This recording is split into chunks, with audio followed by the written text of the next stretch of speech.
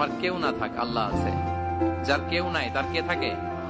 আপনার মনকে বোঝাতে হবে যে আল্লাহ আমার সাথে আছে। মনকে তুমি বুঝিয়ে বলো আল্লাহ আছে আমার সাথে। আপনার পুরো জীবনের সব কাজের সাথে। আসসালামু আলাইকুম, সবাই কেমন আছেন? নতুন একটা ক্লাসে চলে আসলাম। আউযু বিল্লাহি মিনাশ শাইতানির রাজিম। বিসমিল্লাহির রহমানির রহিম। আজকে আমরা ক্লাস করব কোরআনের আরবিক শব্দাবলী।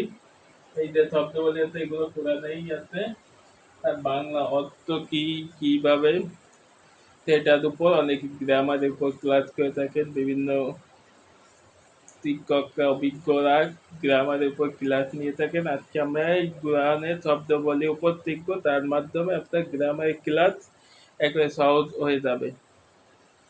চলুন আমরা দেখি। প্রথমে রয়েছে হুম,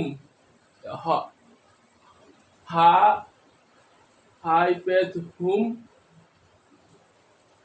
আইপ্যাড আর মিম তাকিন হুম। তারপরে হইতে হিম, হুম হিম মানে তাদের তাদেরকে, এটা এর বা ইংরেজি দেয়াল। তারপর দেয়াল হইতে কপেস কু,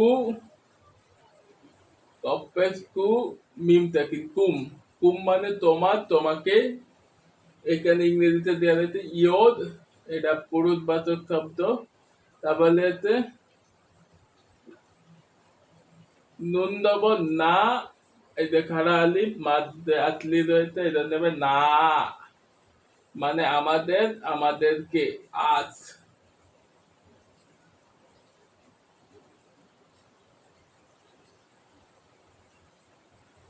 তারপর হইতে হা জবর হা, এই যে খাড়া আলিফ হা, হা হা মানে তার তাকে, হাদ পুরুষবাচক শব্দ। এই যে কলা, কলা এটা কাপ, কাপ দেবো কা উপরে পুট করে দিতে, কাপ দেবো কা লাম দেবো লা, কলা, কলা মানে বলা। আর কানা, কানা মানে হচ্ছে হওয়া। আর আমানা, আমানা কারালি কইতে, আর আইন কারালি পালি মাদ্দে আসলি আ মা না, আমানা মানে বিশ্বাস করা। এটাও কারালি কইতে না, এটা লাম। আলিমা, আলিমা মানে জানা, আইন দেবল দিন দেবল যা, হা দেবল হা লাম দেবল লা, জাহালা, জাহালা মানে হচ্ছে করা, বানানো, তৈরি করা।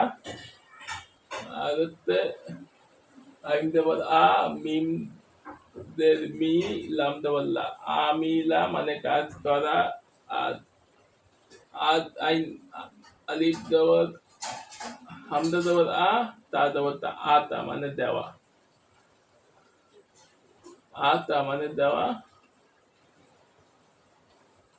আ মিলা মানে কাজ করা, জাহালা মানে করা।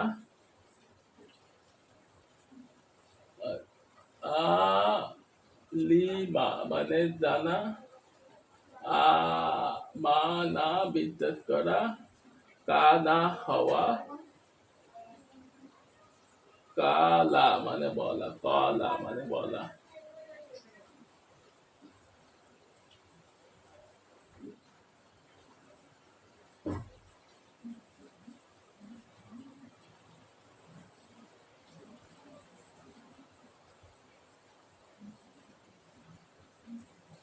সবাইকে এ পর্যন্ত ধন্যবাদ। পরবর্তী ক্লাস দেখার আমন্ত্রণ রইল। ধন্যবাদ সকলকে।